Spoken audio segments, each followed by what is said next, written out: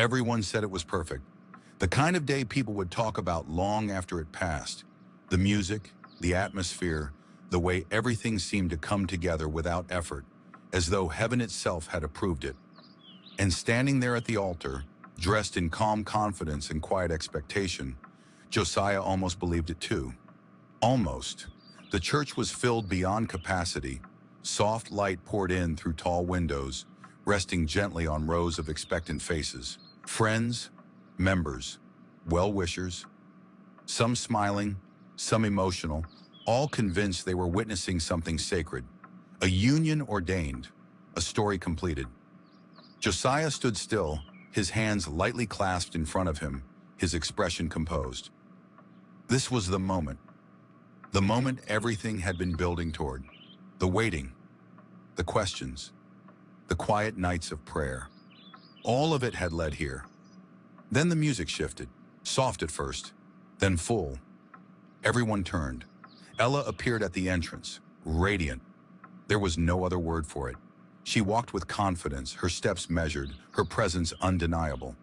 The room seemed to respond to her, eyes following, breaths held, whispers exchanged in quiet admiration. She looked exactly like what people imagined when they spoke about a pastor's wife. Composed, beautiful, assured. As she walked toward him, her gaze locked onto his, steady and certain, carrying the same conviction she had always shown. She didn't look nervous. She looked ready. Josiah felt something move in his chest. Not fear, not doubt, just something. Small, almost unnoticeable. He smiled, and just like that, it disappeared. "You look beautiful," he whispered as she reached him. "I know," she replied softly, her smile calm, almost knowing. It was light, playful, but something about it lingered a second longer than it should have. The ceremony began. Words were spoken, scriptures read, vows exchanged. Everything flowed the way it was meant to, or at least, the way it was expected to. Josiah repeated his vows clearly, intentionally. Promises of love, of leadership, of faithfulness. Each word carried weight. Each word meant something. Ella's turn came. Her voice was steady, unwavering. "I choose you," she said, looking directly at him. "Not just for today, but for everything you are becoming." The room softened. It sounded deep, purposeful, aligned. And yet, there was something in the way she said it. Not wrong. Just, strong, almost like a claim. "Do you, Josiah?" The officiating voice faded slightly in his ears as the question was asked. His answer came without hesitation. "I do." Applause broke out. Cheers followed. The room lifted into celebration. And just like that, it was done. The reception was louder, brighter, freer. Laughter filled the air. Music carried joy through the room. Conversations overlapped in excitement. People shook his hand. "God has done it. Perfect match. She fits you so well. You waited, and it was worth it." Josiah smiled. He nodded. He accepted every word. Because everything looked right. Everything sounded right. Everything felt like it had come together exactly as it should. Ella moved effortlessly through the room, greeting, laughing, engaging. She held attention easily. People admired her, respected her, celebrated her, and standing beside her, watching it all unfold. Josiah felt something settle, a quiet conclusion. This was it. Not because everything had been deeply discerned, not because every question had been answered, but because everything had aligned just enough to feel undeniable. Late into the evening, as the noise softened and the celebration slowly gave way to stillness, Josiah found himself alone for a brief moment. Just a second, a pause between everything, and in that quiet space, that same small feeling returned, subtle, uninvited, easy to ignore. He adjusted his jacket slightly, exhaled, and smiled to himself. "Everything is fine," he whispered, and just like before, he let the moment pass. Because sometimes in the loudest celebrations can drown out the quietest warnings. It didn't happen all at once. There was no sudden change, no dramatic moment that announced itself as the beginning of something wrong. If anything, it was subtle. So subtle, it could easily be explained away. The first few days felt normal, expected even. New environment, new rhythm, new reality, marriage.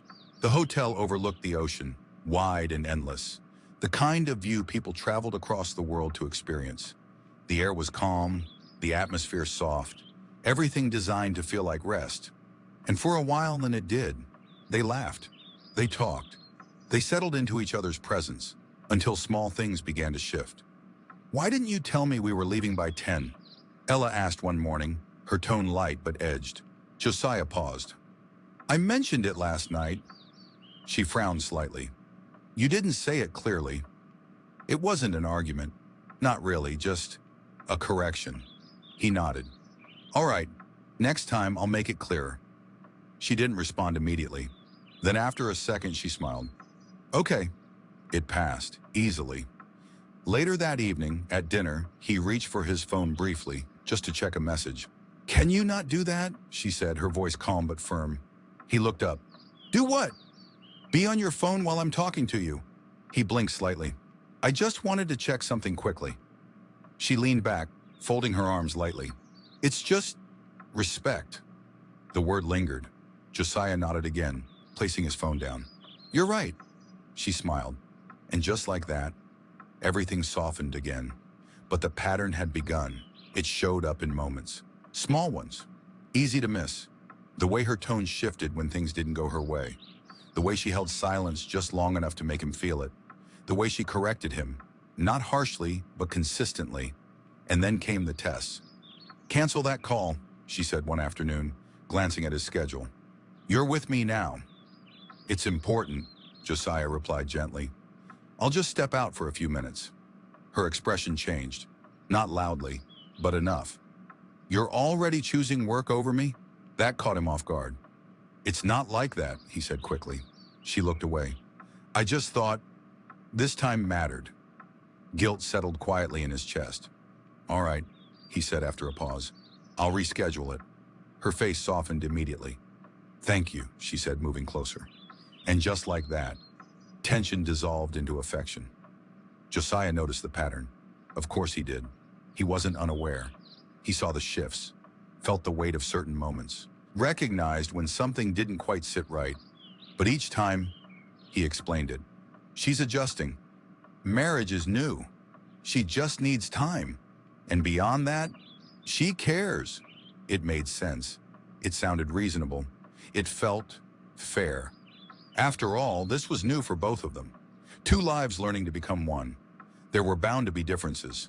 Moments of misunderstanding, adjustments. That was normal. So he adjusted.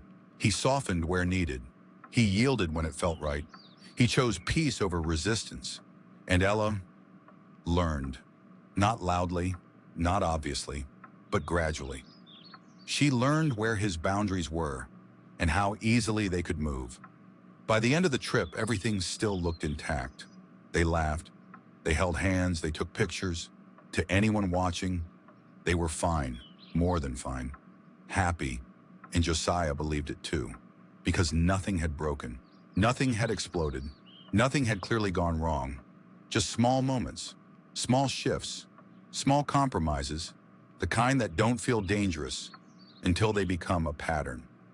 And by the time a pattern forms, it no longer asks for permission, it simply continues. But for now, Josiah rested in what he understood. This is marriage. We're learning. Everything is fine. And once again, he let the feeling pass, because it was already too late to look back. The first crack didn't come with warning. It came on an ordinary evening, quiet, familiar, almost forgettable, which made it harder to recognize until it was too late. They had just returned home. Nothing unusual, no tension in the air, no sign that anything was about to shift. Josiah dropped his keys gently on the table, loosening his shoulders as he exhaled. "Today was a bit long," he said, his voice calm. "I might need to step out later. Just a quick meeting."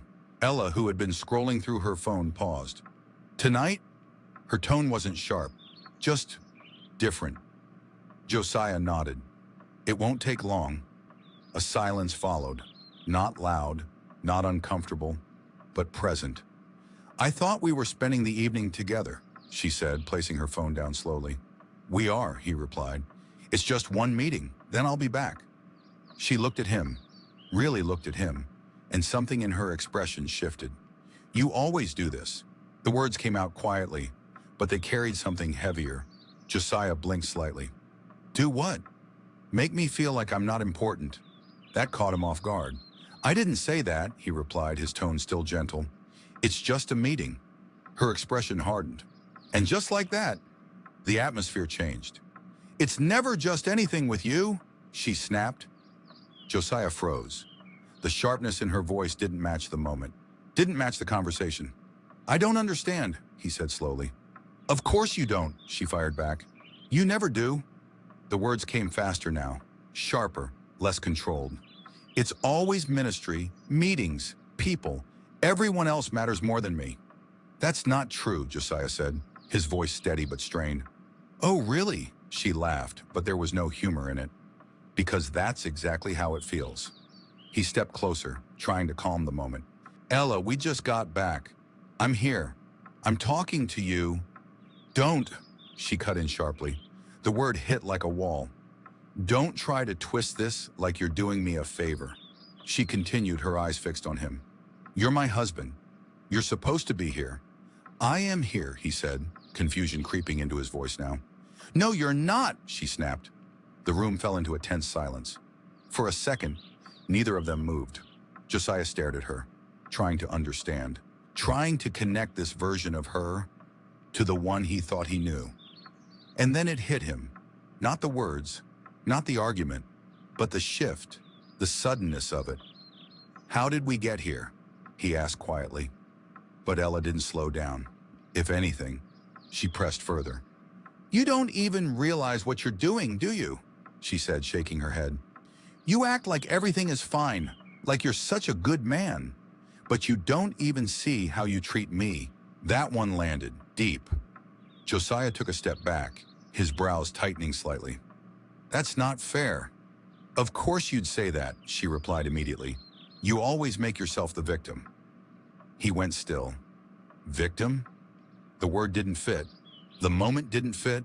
None of this fit. Just minutes ago, everything had been normal, calm, steady, and now, this. He ran a hand through his hair slowly, his voice quieter now, almost disoriented. "Where did that come from?" For a brief second, something flickered across her face. Then just as quickly as it came, it softened. Her shoulders dropped. Her tone shifted. Her eyes changed. "I'm sorry," she said, her voice suddenly gentle. "I didn't mean to raise my voice." The contrast was immediate, almost unsettling. I want us to be close," she added softly, stepping toward him. "I don't want to feel like I'm competing with everything else in your life." Josiah stood there, still trying to process what had just happened. The sharpness, the accusations, the sudden softness. It didn't match, but her words now felt easier to hold on to. He exhaled slowly. "It's okay," he said, and just like that, he let it go. Not because he understood it, not because it made sense, but because it was easier than confronting what it might mean. And Ella noticed. She had crossed a line, and nothing broke. No consequence, no boundary, no resistance, only confusion and acceptance. And in that moment, something quietly settled between them. Not resolution, not understanding, but a pattern. And once a pattern begins, it doesn't need permission to return. On the outside, nothing was wrong. If anything, everything looked better. Ella stepped into her role effortlessly. She stood beside Josiah during services, poised and radiant, her presence adding something visible to his ministry. She greeted people warmly, remembered names, spoke with conviction. When he preached, she watched him with admiration. When people spoke, she listened attentively. When they left, she lingered just long enough to be noticed. She's such a blessing to him. They look so aligned. You can tell God brought them together. The comments came easily, naturally, and Josiah heard them. He smiled when people said those things, nodded, accepted them, because from the outside, they were true at home. It was different, not loud, not chaotic, just controlled. "What time will you be back?" she asked one evening, her tone calm but watchful. "Around 8, Josiah replied, picking up his jacket. She frowned slightly. "You didn't tell me about this earlier. I mentioned it this morning. You didn't explain it properly." That pause again, that slight shift. "You need to start considering me in your decisions," she added. "I do," he said gently.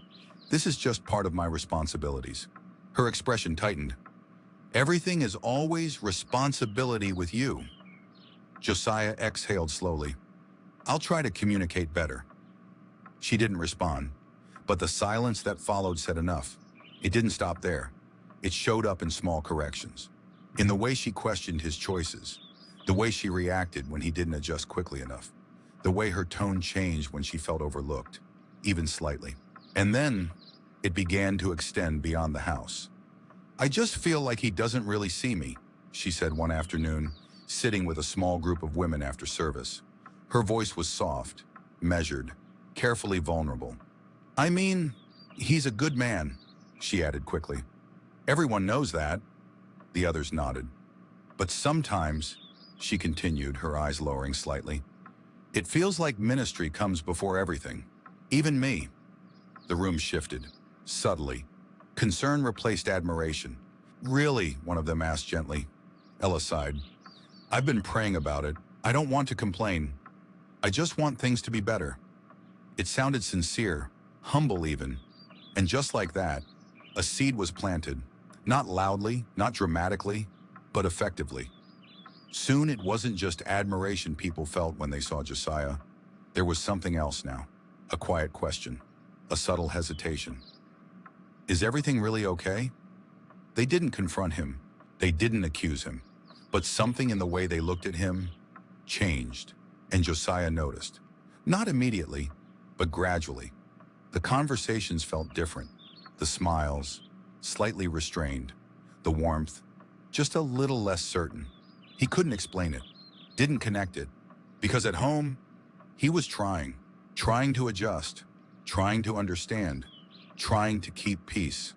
While outside, a different story was being told. And the most dangerous part of it all was that both versions of Ella felt believable, the loving wife and the suffering one. So when people looked at Josiah, they didn't see a man under pressure. They saw a man who might be the problem. And slowly, and without confrontation, without noise, his image began to shift. Not because of what he had done, but because of what had been said. And in all of it, Josiah remained unaware that he was no longer just living in a marriage. He was now living in a narrative he did not control. It didn't deepen overnight. It settled in, quietly, repeatedly, patiently, until what once felt like isolated moments became the atmosphere. At first it was words, not shouted, not explosive, just precise. "You're the problem, Josiah." She didn't say it with anger. She said it like a conclusion. He looked up slowly. "What do you mean?" She sighed, as if explaining something obvious. "You always make everything about you, even when I'm hurting." That wasn't how he saw it, but somehow, her words made him pause. "I'm trying to understand you," he said carefully. "No," she replied quickly. "You're trying to control the situation so you look right." He went quiet. It was happening more often now. Conversations that began simply, ending in confusion. Moments where he thought he was being patient, turning into accusations he couldn't fully trace. "You're not as spiritual as people think," she said one evening, her voice low but sharp. The words landed differently, deeper. Josiah stared at her, not defensive, just stunned. "What does that mean?" he asked. "It means," she continued, folding her arms lightly, "you know how to preach, how to speak, how to appear, but at home?" She shook her head slowly. "It's different." That lingered, because ministry wasn't just what he did, it was who he was. And now, that identity was being questioned. He tried to fix it. Of course he did. He listened more, spoke less, adjusted quickly. apologized even when he wasn't sure what he was apologizing for. But it didn't settle things. It shifted into something else. You were smiling too much with her. The accusation came suddenly, sharp, unprovoked. Josiah frowned. With who? That woman after service, Ella replied, her eyes fixed on him. Don't act like you don't know. He blinked, trying to recall. I greeted people, he said, like I always do. She laughed, short, dismissive. You think I don't see what you do? I didn't do anything, he said, his voice tightening slightly. You always say that. Silence. The weight of it pressed into the room. I'm your wife, she continued, her tone rising slightly. I should not have to compete for your attention. You're not competing, he said quickly. Then why does it feel like I am, she snapped. Again, that shift, from conversation to confrontation, and then the withdrawal. She stopped talking, not for hours, sometimes days. Short answers, distant responses, cold presence. If he reached out, she pulled away. If he asked what was wrong, it's nothing. But it was never nothing. It was punishment. And Josiah learned. He learned what to avoid, what not to say, how to move carefully, how to keep things calm. He began to adjust his schedule, reduce interactions, shorten conversations with others, avoid anything that might trigger her, not because he agreed, but because he wanted peace. And each time he tried, it wasn't enough, because the goal kept moving. One day it was attention, the next day it was tone, the next, it was something else entirely. I feel like you don't care about me, she would say, even after he had canceled meetings, even after he had stayed back, even after he had tried. Nothing settled it, because it was never about resolution, it was about control. And slowly, Josiah began to shrink, not physically, not visibly, but internally. The man who once spoke with clarity now paused to measure his words. The man who once led with confidence now questioned himself mid-sentence. The man who once carried peace now managed tension. He prayed. Of course he prayed, but even his prayers had changed. Lord, help me do better. Lord, show me what I'm missing. Lord, fix this. He kept trying, with effort, with patience, with sincerity. But effort cannot satisfy manipulation, because manipulation is not looking for peace. It is looking for control, and control is never satisfied. One evening, after another long silence between them, Josiah sat alone staring ahead, his thoughts heavy, his chest tight with something he couldn't fully name. He had done everything he knew to do, adjusted, listened, given, stepped back, and still, it wasn't enough. For the first time, a quiet thought crossed his mind. Not loud, not rebellious, just honest. What if this isn't something I can fix? He didn't say it out loud, didn't even sit with it for long, because something in him still believed. If he tried harder, loved better, prayed deeper, it would change. But what he didn't yet understand was this. You cannot heal what is committed to misunderstanding you. And the more he gave, the less of himself remained. At first, Josiah tried to do it right. If anything involved his life, he wanted Ella in it. That was what he believed marriage meant. I'm seeing the guys this weekend, he said one afternoon, glancing at her. Come with me.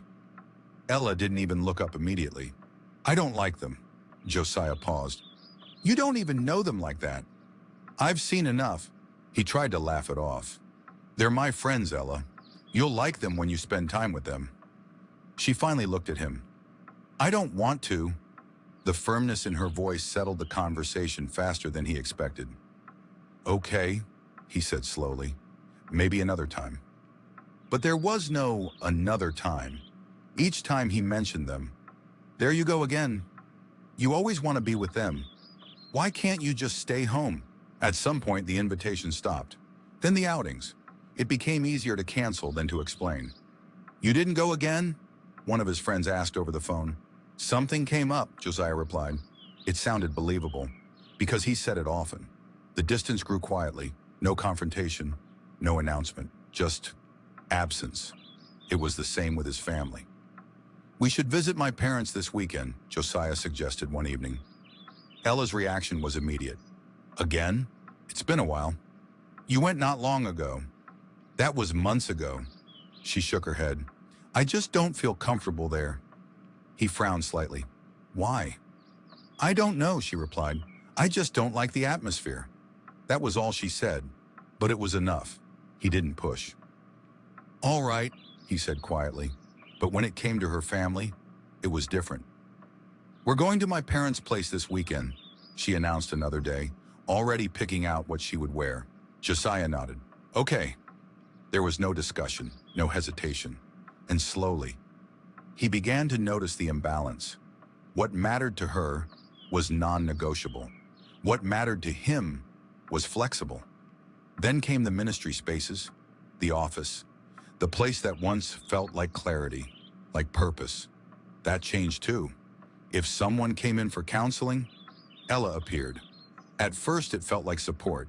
I'll just sit in, she said casually, taking a seat before anyone could object. Josiah hesitated. These sessions are usually private, she smiled. I'm your wife. It's fine.